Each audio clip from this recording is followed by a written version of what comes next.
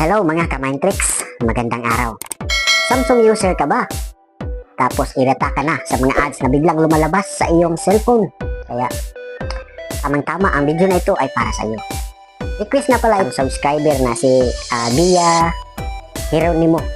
Para sa inyo ang video na ito, kaya huwag na natin patagalin. Let's go!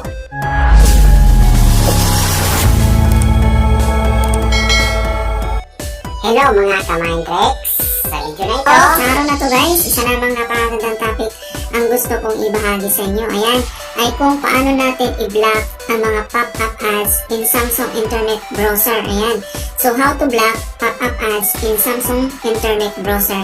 So para magawa natin yan guys, ang first step natin ay punta tayo dito sa ating Internet Samsung Browser. Ayan, click mo lang yan. And the next step, dito sa lower down right side, click mo lang to. And then next step, dito sa left lower side, click mo lang tong settings. And then next, scroll ka lang pababa. Hanapin mo ang size and downloads. Ayan guys, ito ang size and download. Click mo lang. And next step guys, itong notification guys, click mo lang yan. Ayan, and another step guys, itong tatlong dot dito sa upper right side, makikita mong may tatlong dot dito. Click mo lang yan.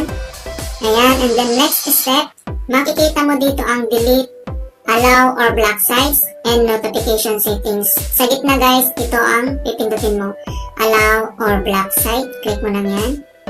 Ayan guys, so ito na guys ang kung paano natin i-block ang mga pop-up ads na nag-appear pag nagbabrowse tayo dito sa Samsung browser. Yan, so click mo lang yan guys, turn off mo siya. Ayan, so ganyan lang kasimple guys kung paano natin mag-block. So yan, so maraming salamat muli mga kaibigan.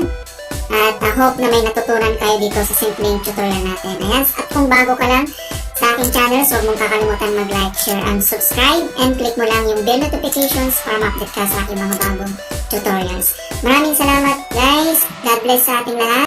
Kung nakatulong ang video na ito sa iyo, please subscribe and click ang notification bell para update ka sa ating mga bagong tutorials.